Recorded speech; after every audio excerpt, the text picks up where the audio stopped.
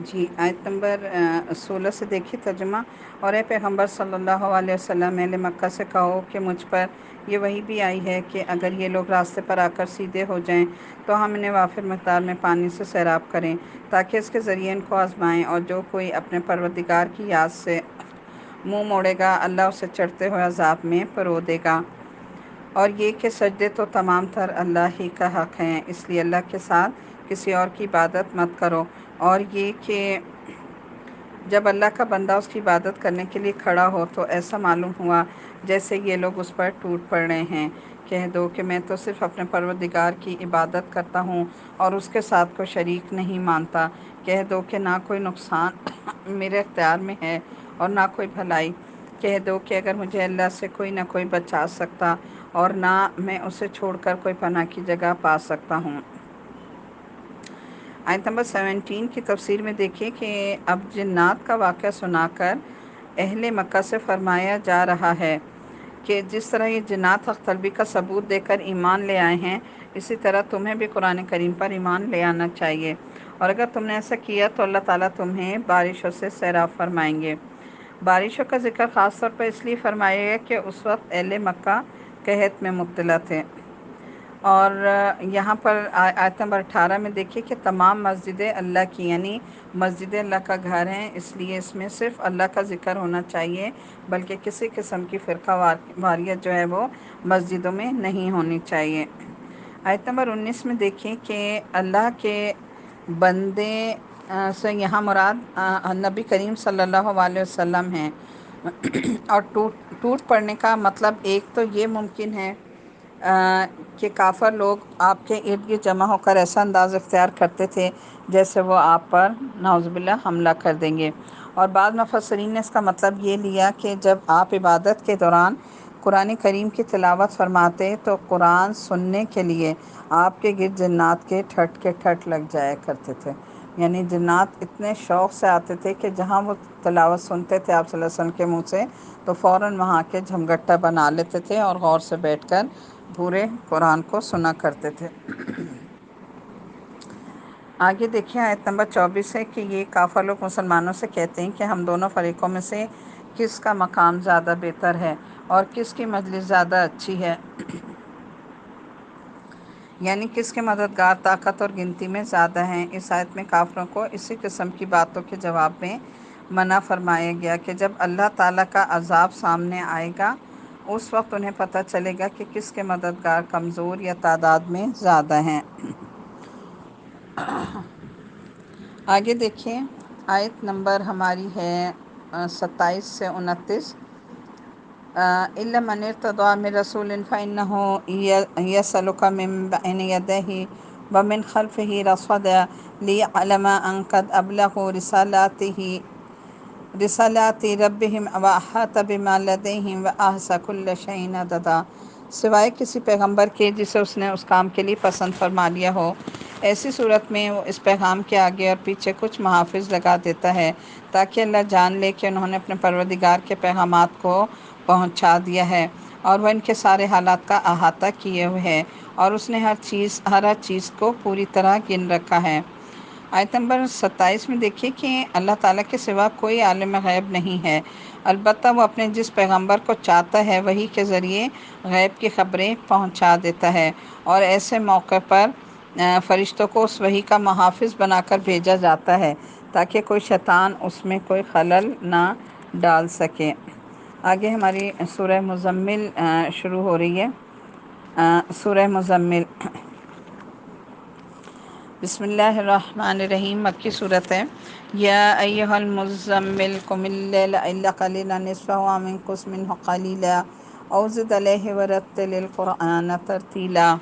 شروع اللہ کے نام سے جو بڑا مہربان نہایت رحم کرنے والا ہے۔ اے چادر میں لپیٹنے والے، رات کا تھوڑا حصہ چھوڑ کر باقی رات میں عبادت کے لیے کھڑے ہو جایا کرو۔ رات کا آدھا حصہ یا آدھے سے کچھ کم کر لو یا اس سے کچھ زیادہ کر لو، اور قرآن کی تلاوت اطمینان سے صاف صاف کیا کرو۔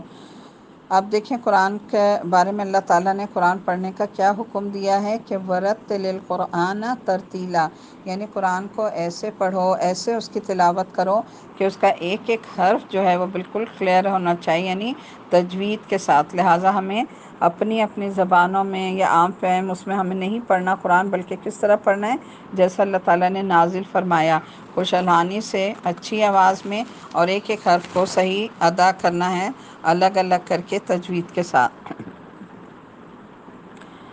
ہم تم پر ایک بھاری کلام نازل کرنے والے ہیں، بے شک رات کے وقت اٹھنا ہی ایسا عمل ہے جس سے نفس اچھی طرح کچلا جاتا ہے اور بات بھی بہتر طریقے پہ کہی جاتی ہے۔ دن میں تو تم لمبی مصروفیات میں رواں دواں رہتے ہو، اور اپنے پروردگار کے نام کا ذکر کرو اور سب سے الگ ہو کر پورے کے پورے اسی کے ہو رہو۔ وہ مشرق و مغرب کا مالک ہے، وہ مشرق و مغرب کا مالک ہے، اس کے سوا کوئی معبود نہیں، اسی لیے اسی کو کارساز بنا لو، اور جو باتیں یہ کافر لوگ کہتے ہیں ان پر صبر سے کام لو اور خوبصورتی سے ان سے کنارہ کر لو۔ یعنی کنارہ کیسے کر لو؟ یعنی جو کافر لوگ باتیں کہتے ہیں ان کی باتوں کو اگنور کر دو، ان پہ صبر سے کام لو اور سائڈ پہ تھوڑا سا ہو جاؤ، یعنی ان کو اتنا برا بھی نہ لگے، لیکن اس طرح ہو جاؤ کہ بس پھر ان کے ساتھ زیادہ اٹھنا بیٹھنا اپنا کم کر دو یا ختم کر دو۔ اب یہ دیکھیں آیت نمبر 1 میں یہ پیار بھرا خطاب کس کے لیے ہے؟ نبی کریم صلی اللہ علیہ وسلم کے لیے، کہ جس میں اللہ بہت پیار سے، محبت سے انہیں کیا کہہ کے مخاطب کر رہے ہیں، اے مزمل، یا ایھا المزمل، یعنی اے مزمل۔ جب آپ پر پہلی بار غار حرا میں جبرائیل علیہ السلام وحی لے کر آئے تو آپ پر نبوت کی ذمہ داری کا اتنا بوجھ ہوا کہ آپ کو سردی لگنے لگی، اور جب آپ اپنی اہلیہ حضرت خدیجہ رضی اللہ تعالیٰ عنہا کے پاس تشریف لے گئے تو یہ فرما رہے تھے کہ زرملونی زرملونی، مجھے چادر اڑا دو، مجھے چادر اڑا دو یا لپیٹ دو۔ تو اس واقعے کی طرف اشارہ کرتے ہوئے یہاں دیکھیں کہ محبوبانہ انداز میں آپ کو اے چادر میں لپیٹنے والے کہہ کر مخاطب کیا گیا۔ اور اس کے بعد آیت نمبر 2 میں ہے کہ یہ فرضیت بعض روایت کی روح سے سال بھر تک جاری رہی، اور جس نے تہجد کی فرضیت منسوخ کر دی۔ اب دیکھیں پہلے جو تہجد تھا نا وہ نبی کریم صلی اللہ علیہ وسلم کے ساتھ تمام لوگوں پر، تمام صحابہ پر فرض رکھا گیا تھا، لیکن 1 سال تک اس کی فرضیت جو ہے وہ جاری رہی، لیکن بعد میں جو ہے اس کو ہٹا دیا گیا تھا، یعنی فرضیت کو ہٹا دیا گیا تھا۔ صرف نبی کریم صلی اللہ علیہ وسلم پر تہجد فرض تھا، باقی امت پر یا صحابہ پہ جو ہے فرض نہیں تھا، نفل کے درجے پہ کر دیا گیا تھا۔ تو اس سے مراد کیا تھی کہ آیت نمبر 5 میں کہ اس سے مراد قرآن کریم ہے، چونکہ سورت ابتدائی زمانے میں نازل ہوئی تھی اس لیے قرآن کریم کا بیشتر حصہ بھی نازل ہونا باقی تھا۔ پھر آیت نمبر 6 میں دیکھیں، یعنی رات کو اٹھ کر تہجد کی نماز پڑھنے سے انسان کے لیے اپنی نفسانی خواہشات پر قابو پانا آسان ہو جاتا ہے، اور رات کے وقت چونکہ ظاہر شور شرابہ بھی نہیں ہوتا، اس لیے تلاوت اور دعا ٹھیک ٹھیک اور حضور قلب کے ساتھ ادا ہوتی ہے۔ دن کے وقت یہ فائدے کم ہوتے ہیں۔ اور ساتھ میں بھی ہے کہ یعنی جب دن کا وقت چونکہ دوسرے کاموں میں مصروفیت کا وقت ہوتا ہے، اس لیے اس میں اتنی دل جمعی سے عبادت مشکل ہوتی ہے۔ اور 8 میں ہے کہ ذکر میں دونوں باتیں شامل ہیں، یعنی زبان سے بھی اللہ تعالیٰ کا ذکر اور دل سے بھی اللہ تعالیٰ کا دھیان رکھنا، اور سب سے الگ ہونے کا مطلب یہ نہیں کہ دنیا کے سارے تعلقات چھوڑ دو، بلکہ مطلب یہ ہے کہ ان سارے تعلقات پر اللہ تعالیٰ کے تعلق کو غالب رکھو، یہاں تک کہ دنیا کے تعلقات بھی اللہ ہی کے احکام کے مطابق اور اسی کے حکم کی تعمیل میں ہونے چاہئیں، اس طرح وہ تعلقات بھی اللہ ہی کے لیے ہو جائیں گے۔ اور آیت نمبر 10 کی تفسیر میں ہے کہ مکی زندگی میں ہمیشہ حکم یہی دیا گیا کہ کافروں کی تکلیف دہ باتوں پر صبر کرو اور ان سے لڑائی جھگڑا کرنے کی بجائے خوبصورتی سے ان کے ساتھ علیحدگی اختیار کر لو۔ تو ایک تو دیکھیں یہاں تہجد کا بہت زیادہ اہتمام کرنے کا کہا گیا، اگرچہ یہ نفل نماز ہے لیکن اس کی بہت زیادہ اہمیت ہے، کیونکہ تہجد کا وقت ایسا وقت ہے کہ جب اللہ تعالیٰ پہلے آسمان پر آتے ہیں اور اپنے بندوں کو خود بلاتے ہیں، پکارتے ہیں کہ ہے کوئی مجھ سے بخشش مانگنے والا کہ میں اسے بخش دوں، ہے کوئی مجھ سے جنت مانگنے والا، ہے کوئی مجھ سے رزق مانگنے والا کہ میں اسے دوں۔ تو یہ وہ وقت ہوتا ہے جو اللہ تعالیٰ کے ساتھ ڈائریکٹ ڈائلنگ کا وقت ہے۔ باقی اوقات میں تو فرشتے ہماری عبادات کو لے جاتے ہیں، تو ہمیں اس وقت سے فائدہ اٹھانا چاہیے، اور آج کل خاص طور پہ کیونکہ دیکھیں رمضان ہے، اور سحری کے لیے تو آپ اٹھتے ہی ہیں، تو تھوڑا سا پہلے اٹھ جایا کیجیے، 8 نفل 6 دو جتنی بھی آپ کو استطاعت ہے ٹائم کے مطابق آپ پڑھیں، اور سجدے میں گر کر خوب اللہ تعالیٰ سے رو رو کر دعائیں مانگیں، اللہ تعالیٰ سے بخشش کی مانگیں، اپنے لیے، ہم سب کے لیے، تمام امت مسلمہ کے لیے، سب کے لیے آپ ان کی ہدایت کی دعائیں مانگیے۔ اور یہ وقت ہے جو پہلے آسمان پر اللہ تعالیٰ آ کر سنتے ہیں، اور ان دعاؤں کو رد نہیں کیا جاتا، تو اس وقت کا ضرور فائدہ اٹھائیے گا، کیونکہ دن میں دیکھیں جتنی بھی آپ عبادات کر لینا، لیکن دن میں وہ یکسوئی نہیں ہوتی، شور شرابہ ہوتا ہے، اور اس طرح سے انسان کی کنسنٹریشن بن ہی نہیں سکتی جو رات کے حصے میں ہوتی ہے۔ تو اللہ تعالیٰ سے دعا کیا کریں کہ اللہ تعالیٰ اس رمضان کے بعد بھی ہمیں ہمیشہ ہمیشہ کے لیے اپنی رحمت سے نواز دے، اور ہمیں رات کی بہترین عبادت، تہجد، ذکر، اذکار و تلاوت قرآن پاک نصیب فرمائے، آمین۔ آگے دیکھیے آیت نمبر 11 to 19، اور تمہیں جھٹلانے والے جو عیش و عشرت کے مالک بنے ہوئے ہیں، ان کا معاملہ مجھ پر چھوڑ دو، اور انہیں تھوڑے دن اور مہلت دو، یقین جانو ہمارے پاس بڑی سخت بیڑیاں ہیں، اور دہکتی ہوئی آگ ہے، اور گلے میں پھنس جانے والا کھانا ہے، اور دکھ دینے والا عذاب ہے۔ اس دن جب زمین اور پہاڑ لرز اٹھیں گے، اور سارے پہاڑ ریت کے بکھرے ہوئے تودے بن جائیں گے۔ جھٹلانے والو، یقین جانو ہم نے تمہارے پاس تم پر گواہ بننے والا ایک رسول اسی طرح بھیجا ہے جیسے ہم نے فرعون کے بارے میں ایک رسول بھیجا تھا۔ پھر فرعون نے رسول کا کہنا نہیں مانا، تو ہم نے اسے ایسی پکڑ میں لے لیا جو اس کے لیے زبردست وبال تھی۔ اگر تم بھی نہ مانے تو پھر اس دن سے کیسے بچو گے جو بچوں کو بوڑھا کر دے گا، یعنی قیامت کا دن ایسا ہوگا کہ غم میں، اس کی تکلیف، اس کی دہشت سے بچہ بھی جو ہے وہ بوڑھا نظر آنے لگے گا، اور جس سے آسمان پھٹ پڑے گا۔ اللہ کے وعدے کو تو پورا ہو کر ہی رہنا ہے۔ یہ ایک نصیحت کی بات ہے، اب جو چاہے اپنے پروردگار کی طرف،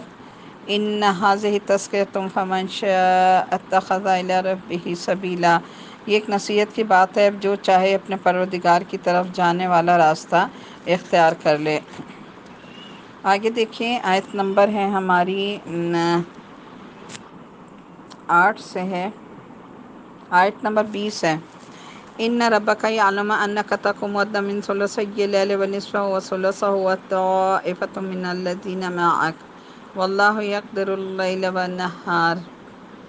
اے پیغمبر صلی اللہ علیہ وسلم، تمہارا پروردگار جانتا ہے کہ تم 2/3 رات کے قریب، اور کبھی آدھی رات، اور کبھی 1/3 رات تہجد کی نماز کے لیے کھڑے ہوتے ہو،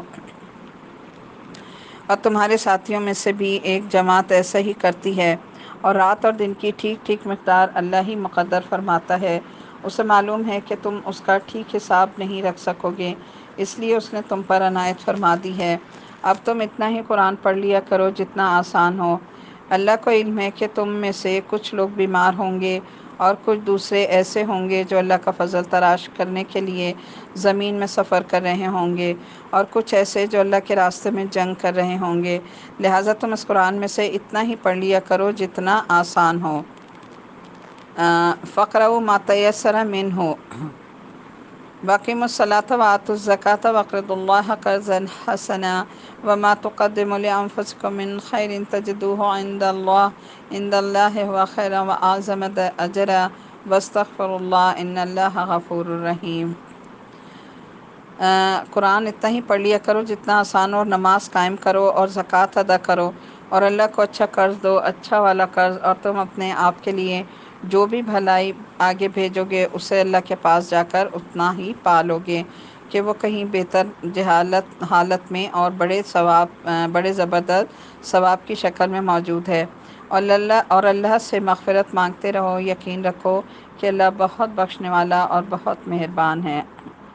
اب اس میں دیکھیں کہ یہ آیت جو ہے یہ کم از کم 1 سال بعد نازل ہوئی، تہجد کی جو فرضیت تھی نا اس کے بعد نازل ہوئی، اور اس کے ذریعے تہجد کے حکم میں آسانی پیدا فرما دی گئی تھی۔ اب شروع میں کیا تھا کہ شروع میں 1/3 رات کی جو مقدار تھی، اس میں پڑھنا اس رات کی 1/3 مقدار تہجد پڑھنا ضروری تھا، لیکن چونکہ گھڑیوں وغیرہ کا رواج نہیں تھا، اس لحاظ صلی اللہ علیہ وسلم اور صحابہ کرام احتیاط کے پیش نظر تہائی رات سے کہیں زیادہ مقدار تہجد پڑھنے میں گزارتے تھے، کبھی آدھی رات اور کبھی 2/3 کے قریب قریب۔ تو آیت نمبر 20 میں ہے کہ اگرچہ تہجد کا افضل طریقہ یہ ہے کہ انسان رات کو سونے کے بعد آخر رات میں بیدار ہو کر تہجد پڑھے، لیکن اگر کوئی ایسا نہ کر سکے تو عشاء کے بعد بھی کسی بھی وقت صلاۃ اللیل کی نیت سے نماز پڑھ لینے سے بھی اس نماز کی فضیلت حاصل ہو جاتی ہے، ٹھیک ہے۔ یعنی اگر انسان جاگ رہا ہے، نہیں سویا اور صبح تک سونے کا نہیں ٹائم ملا، تو پھر وہ کیا کرے کہ وہ عشاء کے بعد ہی جو ہے نوافل پڑھ لے، کس سے؟ صلاۃ اللیل کی نیت سے۔ تو اس کی انشاءاللہ تعالی فضیلت تو اصل میں وہی ہے جو سو کر اٹھنے کی فضیلت ہے، اس میں فضیلت تو نہیں ہے، لیکن بہرحال وہ ادا ہو جائے گی تہجد کی نماز۔ آیت نمبر اس میں جو ہے نا کہ رات کو اٹھنے کی فضیلت کیوں رکھی گئی؟ دیکھیں، کہتے ہیں کہ جو کوئی تہجد کی نماز پڑھتا ہے نا، اسے ایک تو برین ہیمریج نہیں ہوتا اور وہ پیرالائز نہیں ہوتا ہے، یعنی اسے فالج نہیں ہوتا۔ کیوں؟ کیونکہ یہ نیند کی پیک کا ٹائم ہوتا ہے نا، جب انسان سو رہا تھا، اٹھنا بہت مشکل ہوتا ہے، لیکن جیسے ہی وہ اس نیند سے اٹھتا ہے تو ایک دم سے اس کا بلڈ سرکولیشن جو ہے وہ بہت تیز ہو جاتا ہے، اور اس کی نیک اور اس کی ساری نروز میں جو ہے وہ صحیح طرح سے سپلائی ہو جاتی ہے بلڈ کی، تو پھر ظاہر ہے وہ کوئی کلوٹس وغیرہ بھی نہیں بن پاتے۔ تو ایسا انسان جو تہجد کی نماز پڑھتا ہے اسے کبھی بھی جو ہے انشاءاللہ فالج اور برین ہیمریج وغیرہ نہیں ہوتا۔ آگے دیکھیے اسی میں ہے کہ اس سے مراد 5 وقت کی نماز ہے جو فرض ہے، اور ایک یہ ہے کہ یعنی تجارت یا روزگار حاصل کرنے کے لیے سفر کر رہے ہوں، تو اللہ تعالیٰ نے پھر اس کو کیوں نفل کا درجہ دے دیا تھا؟ کہ ہو سکتا ہے کہ بعض لوگ بوڑھے ہیں یا بیمار ہیں، یا یہ کہ کوئی تجارت ہے، کسی کا روزگار ہے، کسی کام میں مصروف ہیں اور وہ نہیں پڑھ سکتے، تو پھر ظاہر فرضیت ختم ہو جاتی، اس لیے اس کو نفل کے درجے پہ رکھ دیا گیا۔ لیکن نفل نمازوں میں سب سے اول درجے کی جو بہترین نماز ہے وہ تہجد کی نماز ہے۔ پھر آگے ہے کہ اس سے مراد صدقہ دینا اور دوسرے نیک کاموں میں خرچ کرنا ہے۔ اسے مجازی طور پر قرض اس لیے فرمایا گیا کہ یہاں پر کیا کہا گیا ہے کہ اور زکوٰۃ ادا کرو، قرض اللہ کو قرض دو، اچھا والا قرض۔